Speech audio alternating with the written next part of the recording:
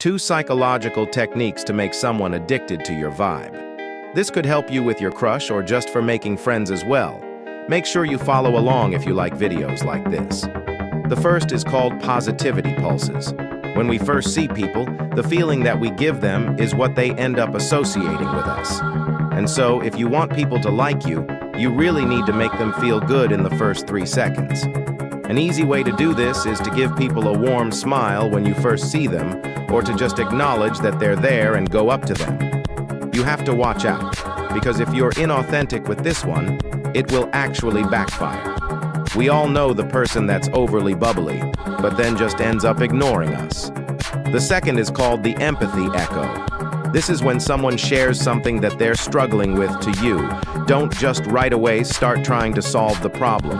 A lot of the time when people are struggling, they don't even want a solution yet, or they're not ready for a solution.